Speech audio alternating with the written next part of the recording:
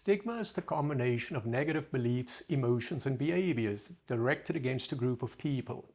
The culture and structure of the environment, for example, society, community, a nation, impact which individuals are being stigmatized.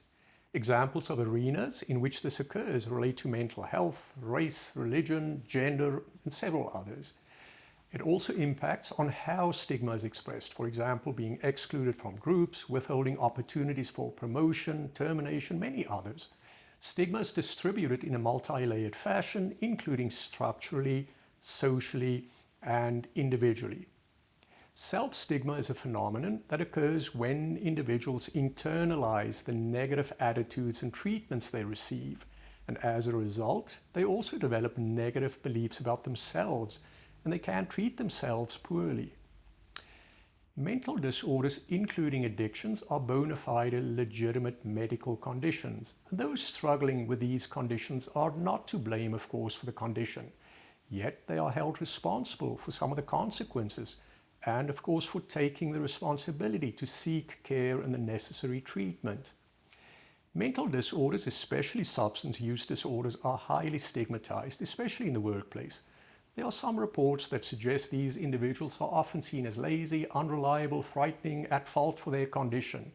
And surveyed employers and hiring managers have expressed hesitancy to hire individuals with a known history of mental illness, whereas a history of a physical disorder like diabetes, cancer, and others are commonly seen as non-problematic. Individuals with a known mental disorder diagnosis may also find themselves treated differently in the workplace, often experiencing fewer responsibilities, fewer opportunities to advance, over-supervision, and social difficulties with colleagues at times. Stigma prevents individuals from seeking help for their mental health challenges. Often there's a fear that others, especially at work, will find out and that their employment may be at risk or that relationships may be damaged. There's a recent study of surveyed employees indicating that some 55% of those with mental illness and 66% of those with addiction believe their colleagues' opinions of them would be negatively impacted if the health condition were revealed. Now, self-stigma plays a critical role as many people feel shame about the condition and do not view it as a legitimate illness or reason to miss work. And as a result, these individuals continue to suffer silently and may not pursue treatment or embark on the journey towards recovery. Mental disorders are very costly to employers, and it's a primary reason for absences, decreased worker productivity, employee turnover, and disability claims. Now, in the US as well as in Canada, an illness like depression costs the employer some tens of thousands of dollars annually in lost productivity, and about 1 in 5 in the population has a mental disorder, and most of these individuals do remain employed. As such, it's in the employer's best interest to encourage those with these conditions to embark on treatment, stay engaged at work, and reducing workplace stigma against these disorders is a key contributor to achieving that.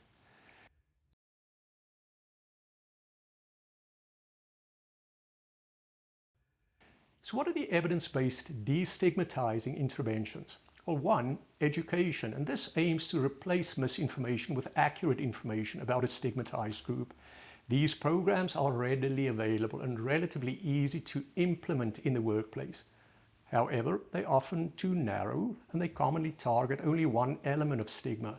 And it's difficult to measure how an educational program on attitudes impacts the other aspects of stigma, such as hurtful social interactions or discriminatory managerial policies.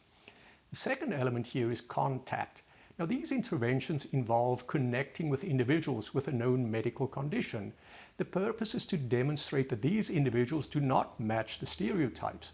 Contact interventions require a culture where individuals feel safe to discuss appropriately so the experiences they've had with their mental health.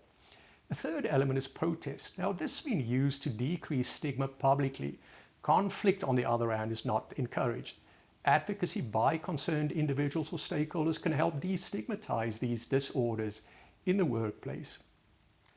Research of workplace destigmatization interventions indicate that those who combine elements of education and contact are generally more effective than those who use only education or only contact. However, it's unclear if these interventions affect all components of existing stigma, that being attitudes, emotions, behaviors. It's also uncertain if these interventions influence the multi-layer distribution, that is structural, social, individual. We also don't know how long the destigmatizing effects of these interventions would last, or even what the exact outcomes are. Stigma is also significantly influenced by the environmental culture, and that differs between professions and workplaces. For example, a highly effective destigmatizing educational intervention in a hospital setting may be less effective in a construction company. And these interventions should thus be tailor-made for the very specific workplace.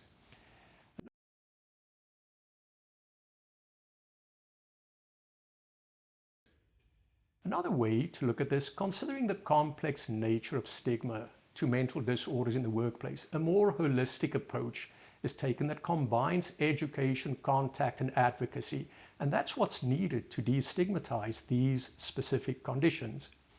The recovery-friendly workplace represents a shift in the workplace culture where the principles described, and we'll talk about those, are identified, declared, and followed.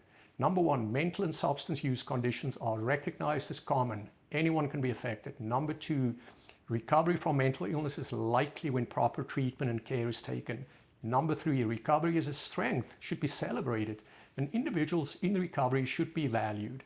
Workers, number four, in the recovery from mental disorders should use their unique perspectives and lived experience. And employers can leverage these experiences to inform policies and practices. 5, policies that recognize these allow these individuals to flourish in the workplace. 6, accommodations, benefits, and supports are optimized for employees so they can pursue the needed treatments and recovery. And regular reminders of these supports should be provided to all employees.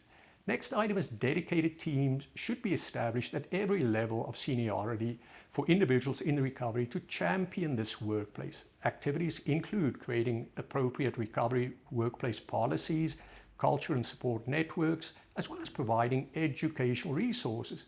And finally, the employer should publicly declare themselves as recovery friendly, therefore advocating for designated mental health and substance-related supports.